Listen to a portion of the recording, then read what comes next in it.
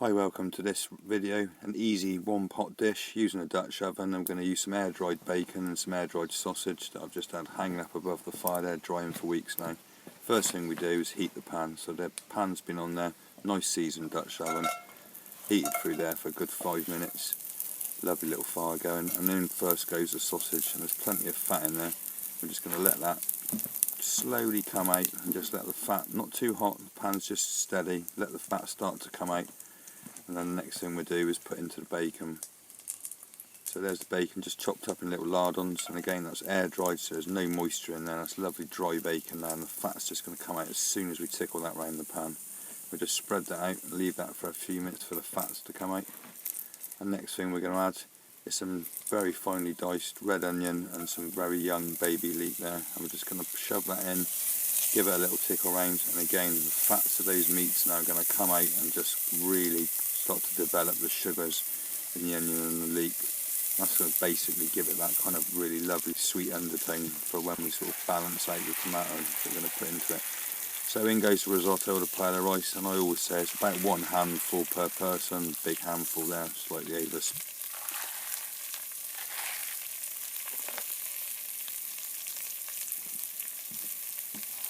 And we just leave that in for a few minutes just to start warming through, and then we're going to stir it, give it a really good stir and make sure the rice is all coated in grains of oil. So just turn the rice over nice and steady.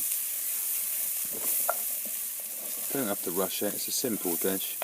There's not really much to a paella or risotto. It's a basic peasant or one pot dish, and it's something I cook a lot over the fire. So when that's incorporated and you're happy that all your rice has got a coating of oil on, next we're going to just chuck in a carton of long life passata there. Again, all of these things you can have. I've got no fridge when I'm cooking. This is just all stuff that stores for long term, no refrigeration required. Just squeeze the last bit of the passata out, and then we're just going to give that another quick stir, just to start, and you can hear it there, just starting to sort of sizzle away now as it hits the bottom of the pan. That's lovely, just start to develop that, and all we want to do, there's plenty of sugar again in tomatoes, so we're just going to let that go through before we put any more water in that, and just let it start to develop the sugars and combine with the sugars of the onions and the leeks. Next we just want to put in some water, and it's approximately 3 times the volume of water or liquid to the amount of rice that you've put in. So we've put in 2 big handfuls of rice, and we want approximately 6 big handfuls of water, but that's a bit difficult to judge, so we'll pour some water in, and we'll put the same again. It's probably going to be the same volume of water as it was tomato, and just swirl that round in the carton to get the last bits of tomato out.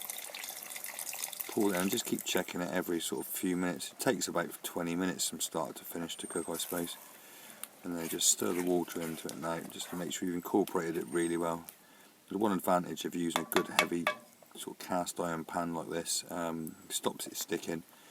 And the fire's been sort of ticking over nicely, there's plenty of flame, but we're just going to let it die down now as the dish cooks out. And there's going to be plenty of residual heat stored within that Dutch oven. We just need some good bed of embers under there. It's been about 5-10 minutes now, and just check it, and it should be sort of half cooked now. You'll notice that the rice is just swollen up, probably by twice the size, and when it's cooked it's going to be about 3 times as big as you started. So you can see already in the volume in the pan there, it's starting to get up near the lid. Hopefully we won't put too much rice in that small pan, it should be perfect. So we're just going to add a little bit more water now as needed, and if you save, check it every 5 or 10 minutes, you shouldn't go wrong. And into that now, nearly right at the end, just some really finely chopped oregano, just fresh straight out of the garden. And that's the way to use fresh herbs, is just pop them straight in the end of the dish like that. Unless they're really hard herbs like rosemary, you want to put them in the beginning, but definitely soft herbs right at the end.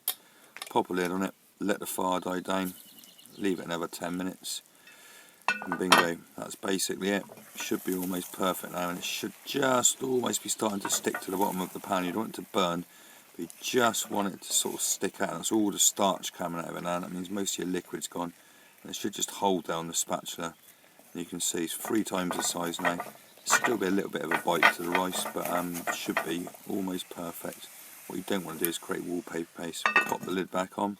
I'm going to go and make a salad to serve with it from the garden.